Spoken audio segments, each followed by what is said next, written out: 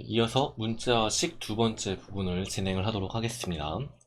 이번에는 이제 단항식과 곱셈의 단항식의 곱셈과 나눗셈인데, 단항식은 아까 앞에서 했다시피 항이 하나인 식입니다. 그래서 곱셈은 생략이 되니까 곱셈으로 묶여있는 하나의 단위예요. 뭐 나눗셈 같은 경우는 곱하기 역수로 바꿀 수 있으니까 어쨌든 곱셈으로 하나로 묶어놓으면 되겠네. 그러니까 이제 이 단항식끼리 이걸 두 개를 곱할 때 어떤 게 두 개가 있으면 문자는 문자끼리, 그 다음에 개수는 개수끼리 곱하기만 하면 됩니다. 근데 곱하기를 생략을 해줄 수 있으니까 이와 같은 형식으로 그렇게 쭉 쓰시면 됩니다. 그리고 부호는 어차피 음수랑 음수랑 곱하면 양수, 양수랑 양수랑 곱하면 양수. 그러니까 부호가 같은 것끼리 곱하면 양수, 다른 것끼리 곱하면 음수예요. 그래서 그 다른 거가 있으면 그 마이너스를 붙이고, 같은 것끼리만 있으면 그러면 플러스를 붙이기만 하면 됩니다. 근데 이거를 조금 더 확장을 하면 마이너스가 홀수에 있으면은 마이너스고, 마이너스가 짝수에 있으면 음수, 양수다 라고 이렇게 생각을 하시면 됩니다. 문자가 같은 거가 있으면 그거는 지수 법칙으로 합친다 라고 이렇게 생각을 하시면 됩니다. 뭐 여기는 거의 그렇게 크게 해볼 수 있는 그런 게 없어요. 거의 그냥 여러분들이 좀 자연스럽게 그냥 그렇게 하나보다 하고 이렇게 넘어가셔도 그렇게 크게 상관은 없습니다. 나누기 같은 경우는 곱하기 역수로 바꾼다. 이런 거는 a 곱하기 역수, 이런 식으로 뒷부분을 이렇게 바꿔주시기만 하면 상관이 없습니다. 곱하기는 이제 뭉쳐가지고 한꺼번에 써줄 수가 있으니까 이와 같은 식으로 조금 간단하게 계산이 되겠네요. 뭐 한 번에 계산이 되는 건 바로 약분을 하셔도 상관이 없지만, 요거는 나누기 같은 게 복합적으로 여러분들이 요 다항식의 곱셈과 나눗셈 문제 같은 거를 풀 때 가급적이면은 이거를 한꺼번에 다 곱하기로 만들어 놓은 다음에 그 다음에 생각을 하시는 게 조금 편합니다. 그 다음에 이것도 마찬가지로 똑같은 얘기고요. 그래서 이런 식으로 빈칸이 채워져 있으면 빈칸이 채워져 있는 부분만 남기고 나머지를 다 옮기면 됩니다. 근데 여기는 곱하기이기 때문에 곱하기를 오른쪽으로 넘기는 건 이 항은 아니에요. 이 항은 더하기 빼기가 됐을 때만 넘기는 겁니다. 그래서 첫 번째는 여기 있는 이런 마이너스 3x를 양변에다 똑같은 수를 곱해서 여기로 역수를 곱해주면 되겠죠. 그래서 왼쪽에 있는 이거는 서로 약분이 되니까 그냥 네모, 여기 우리가 구하려고 하는 괄호만 남을 거고 나머지 부분들은 자연스럽게 계산을 해줄 수 있습니다. 다항식의 덧셈과 뺄셈도 마찬가지로 동류항끼리 계산한다. 그냥 이게 포인트예요. 동류항끼리, 그냥 문자가 같은 것끼리는 줄일 수가 있는데 문자가 다른 게 낑겨 있다 라고 하면은, 문자가 다른 게 낑겨 있는 경우는 덧셈과 뺄셈은 간단하게 할 수가 없어요. 그냥 그대로 놔두시면 됩니다. 2차식의 덧셈과 뺄셈 이걸 하면은 2차식 같은 경우는 커봐야 2차, 이제 차수에 대해서 얘기를 할 때 가장 큰 놈의 차수만 갖다 얘기를 하는, 이런 식으로 얘기를 했으니까 2차식에선 있어봐야 1차, 그 다음에 2차, 그 다음에 나머지는 상수항, 얘랑 얘는 상수항, 뭐 이런 식으로 됩니다.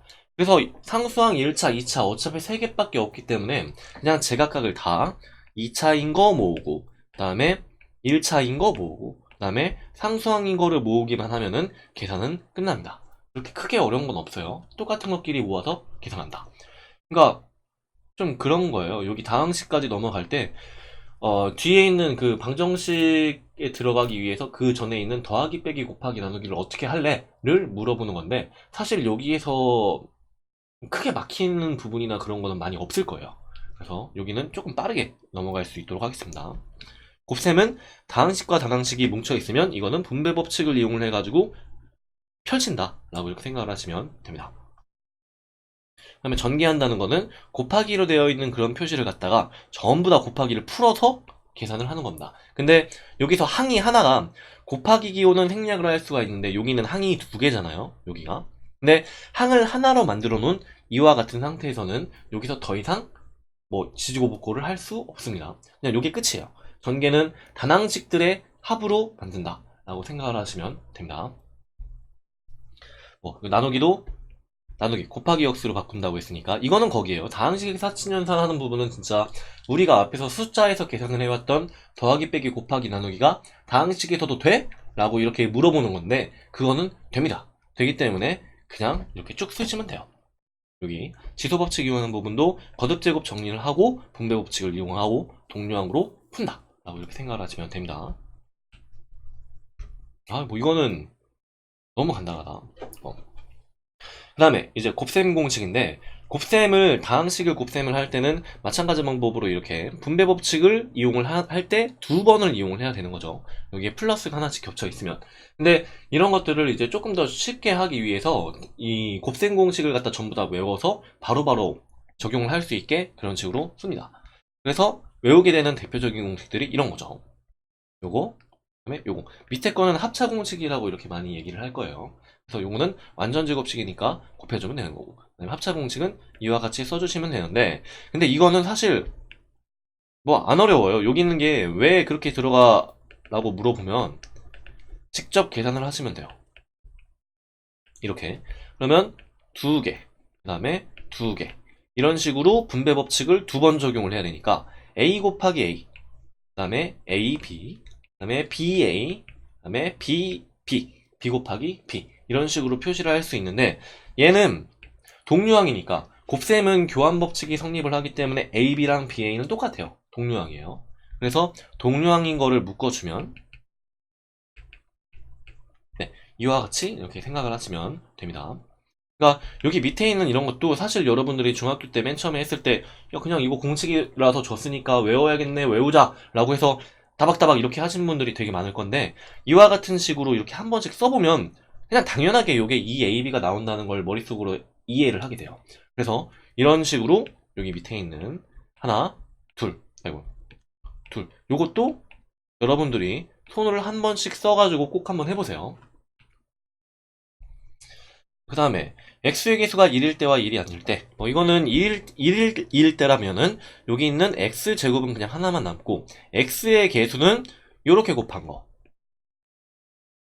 아니라 요렇게 곱한 거와 요렇게 곱한 거 이런 식으로 되니까 x의 개수끼리 더해준 네모와 동그라미 두 개만 더해주면 됩니다. 그래서 곱셈 공식을 전개를 할 땐 x제곱 플러스 a 플러스 b 그 다음에 여기다 x를 하나씩 붙이고 그 다음에 가장 뒤에 있는 거를 두 개를 곱해주기만 하면 되니까 그냥 a, b라고 이렇게 써주시기만 하면 됩니다. 뭐 진짜 쉽죠 이거. 근데 이게 이렇게 생각을 하시면 돼요. 만약에 개수만 떼가지고 쓰면은 개수는 x의 제곱의 개수는 1, x의 개수는 1, 그 다음에 네모의 개수는 그냥 네모라고 쓰자. 그 다음에 1, 동그라미. 이거를 그 크로스와이즈, 버티컬리 크로스와이즈 프로덕트를 한 거랑 똑같아요. 이렇게. 가장 앞에 부분을 곱해준 거는 1 곱하기 1이니까 1. 그 다음에 두 개를 갖다가 교차로 곱해준 거는 동그라미 더하기 네모. 그 다음에 여기 뒤에 있는 건 네모 더하기 동그라미입니다. 네모 곱하기지. 이렇게. 근데 여기서 우리가 숫자를 곱하기로 했을 때는 여기서 자릿수를 하나를 옮겨줬는데 x가 들어갔을 때는 자릿수를 옮겨줄 수가 없어요. x1차랑 x2차랑 서로 겹치거나 이렇게 하지 않습니다. 그렇기 때문에 여기는 그 개수를 그대로 붙여서 더해주기만 하면 됩니다. 이렇게요. 좀 더 간단하게 쓰면 x제곱 플러스 동그라미 네모 x 플러스 네모 동그라미 이렇게 됩니다. 이거를 앞에 개수가 만약에 1이 아닐 때 A, B, C, D 네, 이렇게 생각을 해볼게요. 사실 이거는 AX 플러스 B 그 다음에 CX 플러스 D를 계산을 한 거랑 똑같습니다. 그러면 요거를 이렇게 싹 지우고 버티컬리 크로스와이즈 프로덕트로 하면 AC 그 다음에 AD, BC 그 다음에 BD 이렇게 되는데 여기다 그냥 개수만 붙여주면 끝납니다.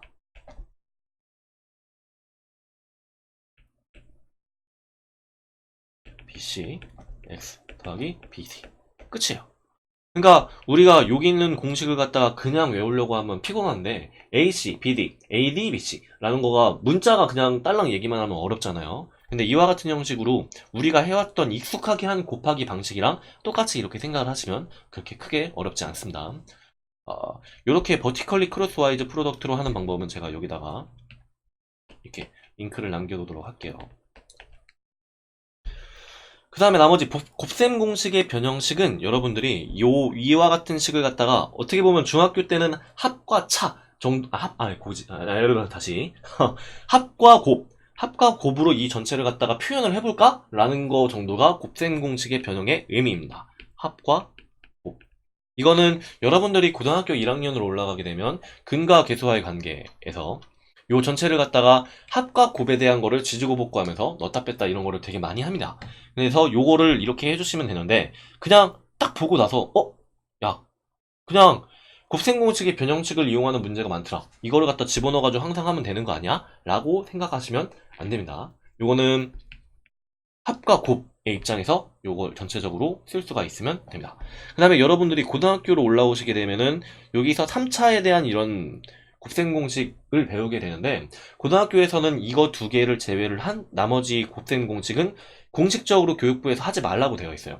근데 이게 생각보다 여러분들 학교에서 이렇게 내는 경우를 종종 봤는데 이거는 원래 그렇게 하면 안 됩니다. 여기 있는 3차에 대한 거 3차에 대한 완전제 곱식과 여기서 3차끼리 더해주고 빼주는 이런 거 정도만 알아두셔도 충분합니다. 그러니까 다시 얘기하면 중학교 때 있는 수준의 곱셈 공식만 여러분들이 잘 연습을 해두셔도 괜찮습니다. 여기는 이렇게 이와 같이 제곱으로 되어 있을 때를 나타내는 거고 그래서 요거를 여기 밑에 있는 요런 문제 유형은 x 플러스 x분의 1을 1이라고 했을 때 x제곱 플러스 x제곱분의 1이 뭐야? 라는 거를 풀 때 종종 나옵니다. 양변을 제곱하면은 x 플러스 x분의 1의 제곱은 1이고 그 다음에 이쪽을 다시 풀어주면 전개를 하면 네, 이와 같은 식으로 나눌 수 있습니다. 그래서 그게 이와 같이 넘겨오려고 하면 우변에 남는 거는 2를 우변으로 넘겨준 마이너스 2 그것과 원래 있던 2를 더해준 마이너스 1 네, 이와 같은 형식으로 정리가 됩니다. 근데 뭐 사실 뭐 지금 썼지만 뭐 갑자기 든 생각인데 여기에 그 제곱해가지고 마이너스 1이 나오진 않습니다. 이거는 고등학교 때 해요. 네, 여기를 1로 해놔가지고 이런 불상사가 일어났네. 네, 아무튼 그렇습니다. 바꾸자. 혼란스러울까봐 3으로 바꿀게요. 1. 네, 이렇게 생각을 하시면 됩니다. 그 다음에 연립방정식의 풀이는 미지수가 두 개일 때는 이거를 갖다가 하나를 소거를 시켜가지고 미지수를 하나로 줄이기만 하면 됩니다. 그러니까 이제 연립방정식을 푼다는 얘기는 우리가 방정식이라는 걸 배운 게 1차 방정식, 지금까지는 이거 하나밖에 없어요. 그래서 1차 방정식이 끼어들어 있는 연립방정식을 합니다. 그럼 뭐 1차식이 두 개가 있겠지. 네, 이런 식으로. 그래, 다시. y 플러스는 c. 뭐 상수함까지 씁시다. 그럼 dx 플러스 2y는 f. 네, 이와 같은 형식으로 되어 있는데, 여기서 1차 방정식이 연립방정식으로 됐다는 얘기는, 원래 우리가 1차 방정식에서 한 거는 x에 대해서만 했는데, 요거를 x랑 y에 대한 두 개의 식으로 늘렸다. 이런 얘기예요. 그럼 늘린 건 어떻게 푸냐? 라고 하면, 이거를 다시 거꾸로 하나로 줄이기만 하면 되겠다. 라고 생각을 하시면 됩니다. 그래서 여기 있는 것들을 어떻게 지지고 볶고를 해서 문자를 하나 소거를 시켜주면 됩니다. 이거 문자로 얘기를 하면 어려우니까 그냥 한번 써볼게요. x 더하기 y는 1, x 빼기 y는 3 이렇게 표현을 했을 때 만약에 두 식을 더해주게 되면 2x는 4와 같은 형식으로 나타나게 됩니다. 근데 이렇게 표현을 할 수 있다는 거는 어쨌든 간에 y를 없애주면서 이렇게 x에 대한 1차 방정식으로 바뀌게 되는 거죠. 그러니까 여러분들이 방정식에 대한 거를 쭉 풀 때 우리가 아는 그 제일 쉬운 방식으로 이렇게 환원을 시키는 거예요. 결과적으로는 1차 방정식이 제일 쉬운 방정식이기 때문에 여러분들이 앞으로 2차 방정식을 풀든 2차 연립 방정식을 풀든 혹은 부등식을 풀든 다 이렇게 1차로 환원을 해서 제일 쉬운 거에서 풀어주게 됩니다. 이렇게 생각을 하시면 됩니다. 미지수가 두 개인 연립방정식은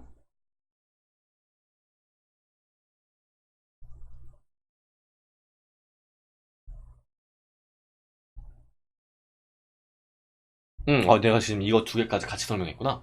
이런 식으로 생각하시면 되고 그래서 어떤 식으로 한 문자를 없애는 방법은 가감법이라고 얘기를 합니다.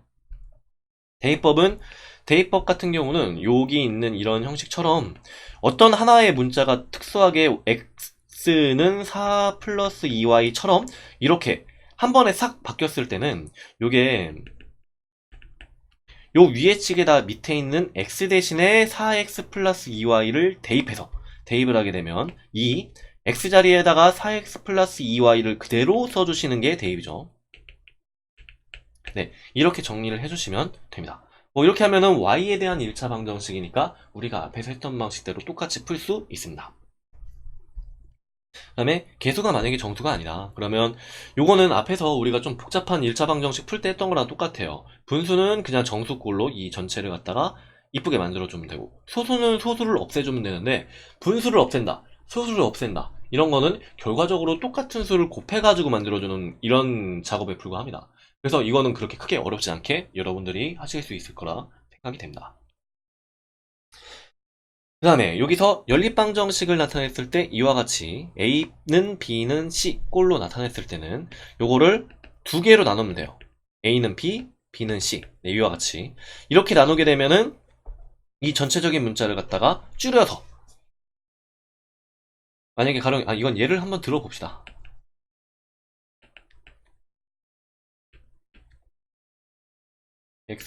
x 빼기 y 더하기 1은 7. 네, 이와 같은 형식으로 나타낼 수 있다라고 하면 2x 플러스 y는 7과 같고, 그 다음에 x 마이너스 y 플러스 1은 7과 이렇게 같기 때문에 이 전체를 갖다가 계산을 다시 연립방정식의 형태로 해서 가감법이든 대입법이든 문자를 하나 줄인다가 첫 번째. 그 다음에 두 번째는 그 한 문자에 대해서 1차 방정식이니까 그거를 1차 방정식을 푼다. 이게 두 번째. 그런 다음에 세 번째는 다시 나머지 문자에 대해 값을 찾는다. 요렇게 이런 과정을 걸쳐서 하시면 그렇게 크게 어렵지 않게 풀 수 있습니다. 그래서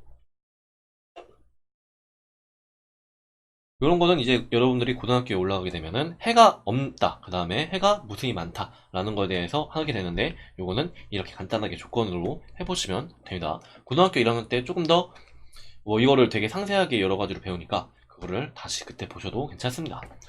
그 다음에 이건 네. 그 다음에 이제 마지막으로 연립방정식의 활용인데, 연립방정식의 활용은 여러분들이 어떤 식으로 글자가 막 이렇게 나열이 되어 있는데, 그 어떻게 보면 불상사라고 생각할 수 있는데 여러분들은 글자가 많으면 읽지를 않아요. 그래서 뭔가 하나씩 딱 보고 그 전체를 갖다 계산하는 거를 수학이라고 생각을 하고, 그다음에 이거를 그냥 열심히 풀었던 그런 기억이 대부분일 텐데, 수학은 어떻게 보면 언어입니다. 이렇게 되어 있는 거를, 말로 되어 있는 거를 갖다가 우리가 조금 더 쉽게 해결을 하기 위해서 수학의 형식을 빌려오는 겁니다. 그래서 이거를 해주기 위해서는 전체적인 말이 있으면 그 전체적인 말을 갖다가 어떻게 식으로 바꿀 수 있을지를 먼저 표현을 하는 게 우선입니다. 근데 여기서 여러분들이 이렇게 나이, 뭐 거리, 속력, 시간, 소금물, 거리랑 속력, 시간, 그 다음에 소금물 같은 경우는 앞에서 얘기를 했고, 그 다음에 이익을 붙였네, 할인을 했네, 증가했네, 감소했네, 이렇게 더 추가적으로 더 붙인 거기 때문에 원래 우리가 갖고 있던 거에서 얼마만큼 더해주거나 얼마만큼 빼지거나 이런 거를 여러분들이 해야 되는데, 생각보다 여기에서 여러분들이 이런 거에 대해서 좀 난감해 하시는 분들이 많았어요. 그래서 이거는 연립방정식은 원래 제가 문제를 세세하게 풀어주거나 이렇게 하지는 않고, 그 다음에 그 계략적인 개념만 그냥 한번 쭉 흐르는 거죠. 거의 뭐 왜 저렇게 대충 하지? 이렇게 생각할 수도 있을 정도로 되게 간단하게 얘기하는 게 이번 강의의 목표였어요. 이번 방학의 목표. 근데 연립방정식의 활용은 제가 따로 시간을 내서, 아마 이번 주 일요일이 되지 싶은데 따로 시간을 내서 연립방정식의 활용 문제를 푸는 요령에 대해서 여러분들한테 상세하게 설명과 그다음에 풀이를 덧붙여서 해드리도록 하겠습니다. 이게 아마 중학교 2학년 1학기 때 여러분들이 처음으로 시험을 보죠. 이제 1학년이 자유학년제니까. 근데 시험을 볼 때 가장 처음에 난감하게 생각되는 부분이 아마 여기라고 생각이 돼요. 그래서 이거는 제가 직접적으로 문제를 풀어보면서 하는 시간을 갖도록 하겠습니다. 네, 그러면 오늘은 여기까지 하겠습니다. 여러분 수고하셨습니다.